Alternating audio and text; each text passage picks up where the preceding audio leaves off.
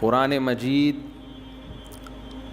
دو چیزیں بہت زیادہ بیان کرتا ہے اور انسان کو حوصلہ انہی دو چیزوں سے ملتا ہے. اپنا ایمان مضبوط کریں جنت پر بھی اور جہنم پر بھی. دیکھو یعلمون ظاہرا من الحیات الدنیا، اللہ فرماتے ہیں یہ لوگ دنیا کے ظاہر کو دیکھتے ہیں. یہ جو دنیا کا ظاہر ہے بار بار ہم ان آیتوں میں پڑھ رہے ہیں کہ یہ دھوکہ ہے، یہ ایسے ہے نہیں جیسا نظر آ رہا ہے. مریں گے سب، ختم ہو جائے گا. کتنی بڑی حقیقت ہے یہ. ایک موت اس دنیا پر بھی آنی ہے اور ایک موت ہماری ذات پر بھی آنی ہے. آج وہ لندن والے بھی نہیں آئے؟ خیریت تو ہے؟ اچھا 2 دن سے نہیں آ رہے، اللہ خیر کرے. تو ایک موت ہم پر بھی آنی ہے اور ایک اس دنیا پہ بھی آنی ہے. یہ سب سائنسی ترقی اور خلائی سیارے اور مریخ اور چاند پہ پہنچنے والی باتیں بالآخر زمین پہ ڈھیر ہو جائیں گی.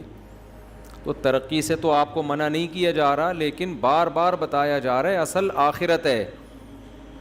انسان مرنے کے بعد مر کے ختم نہیں ہوتا، بہت بڑی زندگی اس کے بعد شروع ہوتی ہے، جنت کی صورت میں یا جہنم کی صورت میں. ہم نے فرعون کا واقعہ بھی پڑھا، ہم نے قارون کا واقعہ بھی پڑھا، ہم نے موسیٰ علیہ السلام کا واقعہ بھی پڑھا، کیسے اللہ نے فرعون کو آگ میں داخل کیا ہے. اب آپ مجھے ایک بات بتاؤ، جن لوگوں کا آخرت پہ یقین نہیں ہے ان کی نظر میں فرعون لاکھوں بچوں کا قتل کر کے بھی اس کو کوئی نقصان نہیں ہوا. زیادہ زیادہ سمندر میں پانی میں غرق ہو گیا، وہ تو نہیں بھی ہوا ہوتا تو اب تک تو ویسے ہی مر چکا ہوتا. لیکن اللہ کہہ رہا ہے ایسا نہیں ہے، ایسا نہیں ہے. النار یعرضون علیہا غدوا وعشیا، آگ ہے جس میں وہ صبح و شام جلایا جاتا ہے. تو ان راتوں میں اللہ سے رات کو اٹھ کے بار بار آگ سے پناہ مانگیں. آگے بڑی سخت زندگی شروع ہونے والی ہے، اور ایک طرف اللہ کی بہت خوبصورت جنت ہے، بہت خوبصورت جنت. مجھے کسی نے بتایا کہ مجھے خواب میں جنت دکھائی گئی، کل کی بات ہے. تو جو بتانے والے بتا رہے تھے کہ اتنی خوبصورت جنت، اتنی خوبصورت، دل ہی نہیں کر رہا تھا اٹھنے کا نا کہ آنکھ کھل جائے. اتنی خوبصورت جنت. تو میں نے کہا کہ جتنی خوبصورت آپ کو خواب میں نظر آئی ہے نا جنت، اس کو 1 کروڑ سے ضرب دے دو پھر بھی کم ہے. تو بھائی یہ کچھ بھی نہیں ہے. یہ جو ہے نا یہ جو یہاں کی انٹرٹینمنٹ، یہاں کیا ہے، زیادہ زیادہ پیزا کھا لو گے نا، یہ انٹرٹینمنٹ ہے یہاں کی.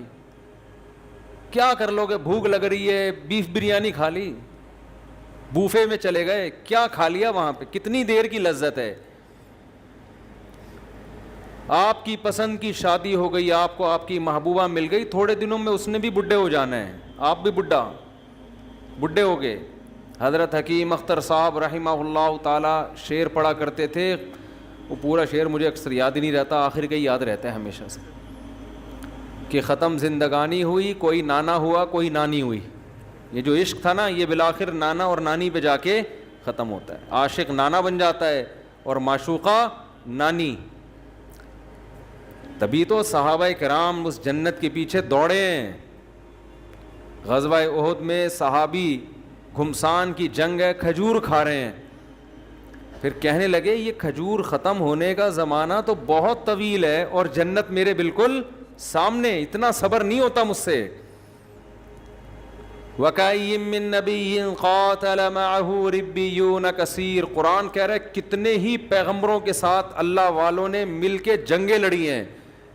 حالانکہ یہ کمزور تھے، کم تھے، لیکن اس بیس پہ لڑی ہیں شہادت ملے گی اور اللہ ہمیں جنت میں داخل کرے گا. اور پھر اللہ نے ان کو فتوحات دی ہیں. تو بھائی اس جنت کے لیے کچھ لالچ پیدا کرو اپنے جسم کے اندر، اپنی باڈی کے اندر، دل میں لالچ پیدا کرو. اگر آپ کو جنت کا شوق نہیں ہے خوب سمجھ لو پھر اللہ کو بھی آپ کو جنت دینے کا بالکل بھی شوق نہیں ہے. ہمارے حضرت ایک بات فرمایا کرتے تھے کہ یہ جو لوگ کہتے ہیں نا کہ اللہ کو ہم سے بہت محبت ہے, فرمایا اتنی ہی ہے جتنی آپ کو ہے اللہ سے. ہاں آپ کم کریں گے اللہ زیادہ کر دے گا, لیکن اگر آپ کو نہیں ہے تو اس خوش فہمی میں نہ رہیں کہ اللہ کو پھر آپ سے محبت ہے, وہ مستغنی ہے. تو آپ کے دل میں اگر جنت کی لالچ نہیں ہے, شوق نہیں ہے, تو پھر اللہ کو بھی آپ کو جنت دینے کا کوئی شوق نہیں ہے.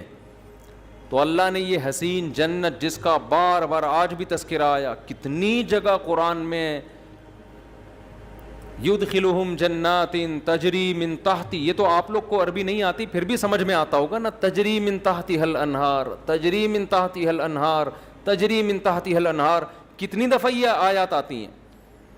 میرا پنجاب کا سفر تھا, وہاں لندن سے ایک صاحب آئے ہوئے تھے, مجھے کہنے لگے مفتی صاحب یہ جو اللہ بار بار کہتا ہے نا کہ اس ایسے باغات دوں گا جن کے نیچے نہریں بہتی, حالانکہ دنیا دار سے آدمی تھے, وہ کوئی مولانا ٹائپ کے نہیں تھے, کہتے ہیں میرا دل مچل جاتا ہے جب میں یہ آیتیں سنتا ہوں, میرا دل چاہتا ہے کہ یہ مجھے مل جائے. ایسے دل سے کہہ رہے تھے نا کہ بعض دفعہ انسان ایسے دل کی کیفیت سے کوئی بات کہتا ہے کہ لگتا ہے کہ یہ زبان سے نہیں بلکہ دل سے کہہ رہا ہے. اس کی واقعی یہ کیفیات بن رہی ہیں. مجھے ان کا جملہ بڑا اچھا لگا, کہہ رہے ہیں یار بار بار اللہ جب بھی جنت کہتے ہیں باغ کو, اور صرف باغ کو نہیں کہتے, گھنے باغات کو کہتے ہیں. بار بار قرآن کہہ رہا ہے یار تھوڑا سا تو سوچ لو, کچھ تو حقیقت ہوگی نا. یہ اللہ الحمد سے لے کے والناس تک ہزاروں سینکڑوں بار جنت کا تذکرہ ویسے ہی کر رہا ہے, دینی وینی نہیں ہے بس ویسے ہی. تو اگر یہ ویسے ہی کر رہا ہے پھر تو پورا قرآن غلط ہے, پھر تو اسلام غلط ہے, پھر تو اللہ کی باتیں غلط ہیں. اور اگر اللہ کہہ رہا ہے لیکن ایک بار نہیں, ہر تھوڑی دیر میں آیت آئے گی اللہ ان کو جنت میں داخل کرے گا جن کے نیچے نہریں بہتی, اللہ ان کو جنت میں داخل کرے گا جن کے نیچے نہریں بہتی ہیں. تو دل نہیں چاہتا ایک شخص آپ کو آ کے کہے, آفر دے کہ یار تو یہ کام کر لے, میں تجھے ہر مہینے اتنے پیسے دیا کروں گا, ایک بار کہے, 2 بار کہے, 3 بار, تو مجھے 20,000 روپے دے دے, میں تجھے ہر مہینے 3 لاکھ روپے دوں گا.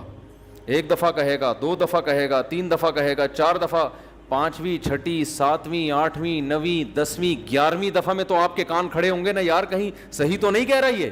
آپ تحقیق شروع کر دو گے, یار اگر یہ سچ کہہ رہا ہے تو 20,000 میں 3 لاکھ مل رہے ہیں, تو کون پاگل ہے جو نہیں دے گا. تو بھائی اللہ کہہ رہا ہے, وہ آدمی تو پھر بھی جھوٹا ہو سکتا ہے. اللہ بار بار کہہ رہا ہے, یہ میں صرف قرآن میں نہیں کہہ رہا, قل ما کنت بدعا من الرسل, اے نبی ان سے کہہ دیجئے میں نیا نبی نہیں ہوں کوئی کہ میں اس کائنات میں پہلا بندہ پیدا ہوا ہوں جو جنت کی باتیں کر رہا ہوں. میں پہلا تھوڑی ہوں, مجھ سے پہلے موسیٰ یہ باتیں کر کے گئے ہیں, داؤد یہ باتیں کر کے گئے ہیں, سلیمان یہ باتیں کر کے گئے ہیں, عیسیٰ نے بھی یہی کہا. آج تورات اور انجیل اٹھا کے دیکھو, اتنی تحریف ہو گئی, جنت کا وہی نقشہ نظر آئے گا جو قرآن بیان کر رہا ہے, اس میں تحریف نہیں ہوئی ہے. جہنم کا وہی نقشہ تورات بھی بیان کرے گی جو قرآن بیان کر رہا ہے. قرآن کہہ رہا ہے قل ما کنت بدعا من الرسل, اے نبی ان سے کہہ دیجئے میں کوئی نیا پیغمبر نہیں ہوں, مجھ سے پہلے سارے پیغمبر یہی باتیں کر کے گئے ہیں, تو کیوں ایمان نہیں لے کر آتے اللہ کی باتوں پر. آپ کہو گے کہ اللہ تو دکھا کیوں نہیں دیتا ایک دفعہ ہمیں. بہت مشکل ہے بات سمجھانا میرے بھائی. آپ کے دل میں یہ بات آ رہی ہوگی اللہ ذرا سی جھلک دکھا دے. چلو میں آپ سے کہتا ہوں تھوڑی دیر کے لیے فرض کر لو اللہ ذرا سا جنت سے پردہ ہٹا دے, اللہ بتا دے کہ یہ الفلاحیہ مسجد کے گیٹ ہے نا, اس کے پیچھے میں نے تھوڑی دیر کے لیے جنت سجا دی, ذرا جھانک کے دیکھ لو. اور ہم نے جھانک کے دیکھا تو ہمیں کیا نظر آیا, ہمیں ایک عظیم دنیا نظر آئی. تھوڑی دیر کے لیے فرض کر لیں ہم دیکھ لیں تو ہمارا ہوگا کیا پھر ہم پھر بھی اسی طرح ڈھیلے رہیں گے ہم جیسے اب ہیں. تھوڑی دیر کے لیے فرض کر لیں کہ ایک شخص کہتا ہے میں نے ایک ایسا باغ بنایا ہے. لوگ تفریح پہ جاتے ہیں نا, چترال جاتے ہیں تفریح کے لیے, اور وہ کیا ہے چترال میں جو ہائٹ کی جگہ ہے ایک تو یار داریل دماغ پہ بھی چشمہ لگنا چاہیے انسان کے, صرف آنکھوں کے لیے نہیں ہو. وہ اسکردو جاتے ہیں اور سوات مردان جاتے ہیں, کاغان ناران جاتے ہیں, تو جو جا کر آتا ہے اپنے دوستوں کو ایسی لمبی لمبی پھینک کے بتا رہا ہوتا ہے ابے یہ, حالانکہ ہوتا بھی ہے خوبصورت علاقے ہیں, لیکن تھوڑا اور زیادہ کر کے بتا رہا ہوتا کیونکہ یہ گیا نہیں ہوتا نا اس کو شو مارنے کے لیے. ہم بچپن میں تو ہم ایسا بہت کرتے تھے, ابے بھائی ایسی چیز ہے, ہم تاکہ اس کو نا تھوڑا سا بھرم رہے ہیں اس کے اوپر, اور یہ احساس کمتری میں مرتا چلا جائے کہ میں کیوں نہیں گیا. بچے یہ شو بازی والا کام بہت کرتے ہیں, لیکن واقعی اب آپ ایسی جگہ سے گھوم پھر کر آئے, اب آپ اپنے دوست کے سامنے نقشہ کھینچ رہے ہو, یار میں ایسی جگہ گیا جہاں خوبصورت گھنے باغات تھے, جہاں بہترین, جہاں کے لوگ ایک الگ ہی قوم رہ رہی تھی وہاں پہ. میں نے اس قوم سے انٹرویو لیا, ان کے چہرے بہت خوبصورت, صحتیں بہت اچھی. ان لوگوں سے ہم نے پوچھا تو انہوں نے کہا ہم اس باغ میں لاکھوں سال سے رہ رہے ہیں, ہم پر موت نہیں آتی. یہ ایسا پانی ہے ان چشموں کا جو پی لے تو یہ آب حیات ہے, اسے زندگی میں کبھی بھی موت نہیں آئے گی. کوئی دیکھ کر آئے آپ کے دوستوں میں سے, آپ نے کہا کہ وہاں ایسے خوبصورت باغات, پھل درختوں پہ لدے ہوئے ہیں, اور پھلوں کے بوجھ سے درختوں کی ٹہنیاں زمین کو چھو رہی ہیں, قطوفھا دانیہ, جیسے قرآن نقشے کھینچتا ہے. اور وہاں اتنی خوبصورت عورتیں ان لوگوں کی قوم میں جو ان کو ملی ہیں نکاح کرنے کے لیے, شادی کرنے کے لیے, اتنی خوبصورت عورتیں ہیں, یرا مخ سوقہما من وراء اللحم, کہ ان کی پنڈلیوں کا گودا بھی ان کی کھال سے نظر آتا ہے, ایسی شفاف اسکن ہے ان کی. جب نبی نے بتایا نا صحابہ کو کہ اللہ نے جو یاقوت اور مرجان سے زیادہ خوبصورت حوریں جنت میں پیدا کی ہیں, ان کی جو پنڈلیوں کا گودا ہے وہ بھی باہر سے نظر آئے گا, اتنی ٹرانسپیرنٹ اسکن ہوگی ان کی.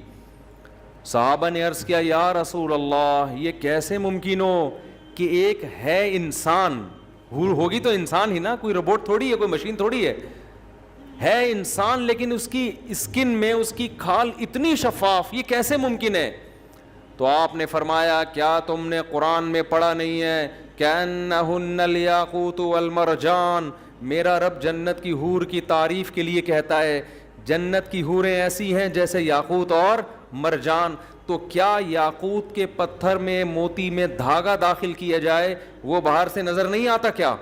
حالانکہ کتنا ہارڈ ہوتا ہے, کتنا سخت ہوتا ہے, اس کے باوجود بھی وہ باہر سے نظر آتا ہے. تو یہ تو دنیا میں اللہ نے ایسی حسین چیزیں, ایسے پتھر پیدا کیے ہوئے ہیں جو اتنے شفاف ہوتے ہیں کہ آپ ان کے اندر ان کا دھاگا نظر آ رہا ہوتا ہے. تو جنت کی حور تو جنت کی حور ہے, یہ تو دنیا میں اس کی مثالیں ملتی ہیں. تو مجھے بتاؤ اگر کوئی آپ کو آ کے بتائے یار ایسا علاقہ دیکھ کے آیا ہوں, وہاں ایسی خوبصورت عورتیں, اور وہاں لوگ کبھی بیمار نہیں ہوتے. جیسے میں گلگت گیا نا تو 80 سال لوگوں کی عمریں, وہاں لوگ بتا رہے ہیں ہم 80 سال نہیں, ہم 80 لاکھ سال سے زندہ ہیں. اور یہاں کے بارے میں رپورٹ یہ ہے کہ یہاں کسی کو موت نہیں آتی.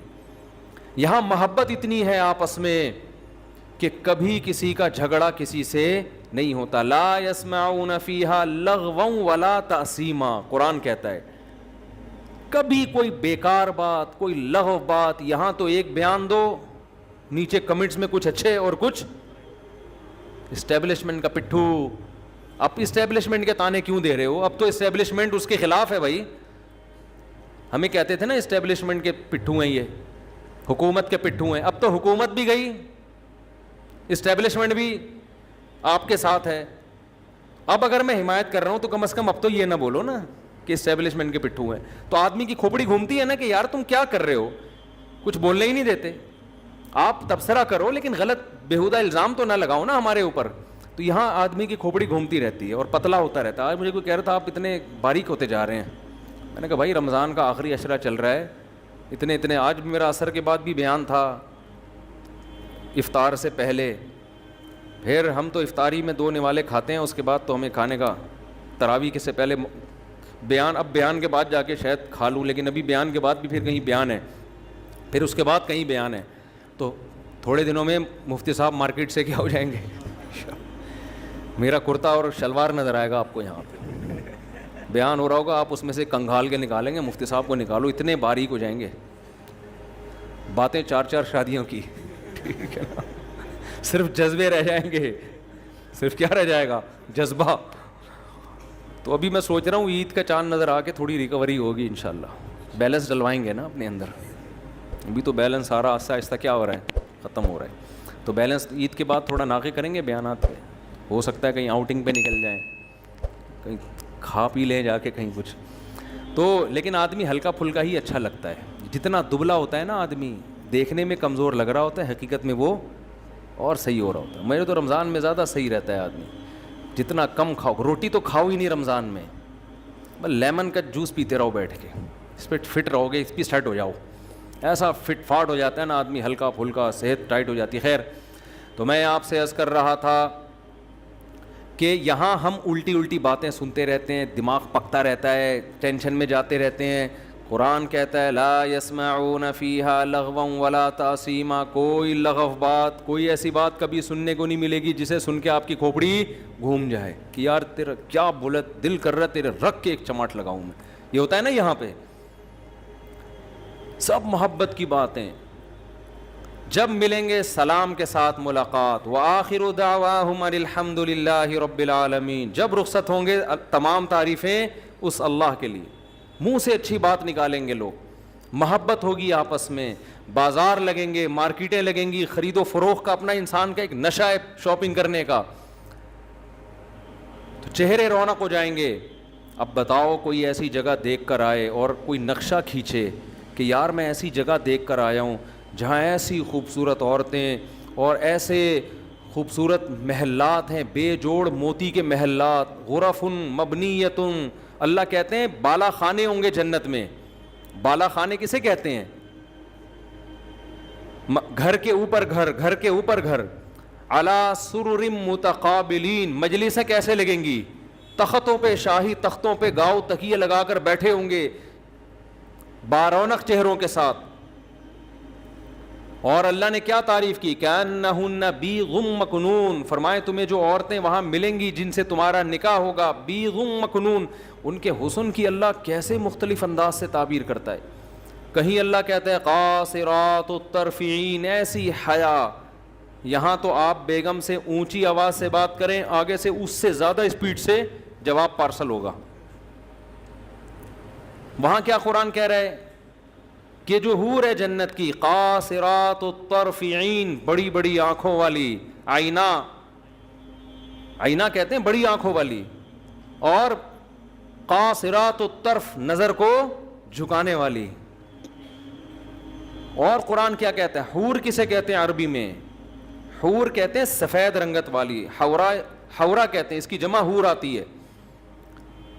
اس کی آنکھوں کی سفیدی انتہائی سفید, اور اس کی جو آنکھوں کی سیاہی ہے, جو پتلی ہے وہ انتہائی سیاہ. کیسے اللہ تعالیٰ اس کے حسن کا نقشہ کھینچتے ہیں. اور قرآن کیا کہتا ہے, ایسی شفاف, کأنہن بیض مکنون, جیسے چھپائے ہوئے انڈے ہوتے ہیں نا, پرندہ گھونسلے میں انڈے دے کے اس پہ گھاس ڈال دیتا ہے کہ اس پہ گرد و غبار نہ آئے. تو اللہ کہتے ہیں میں نے ایسے ہی ان حوروں کو جنت کے مشک و عنبر کی مٹی سے بنا کے خیموں میں محفوظ کر دیا ہے.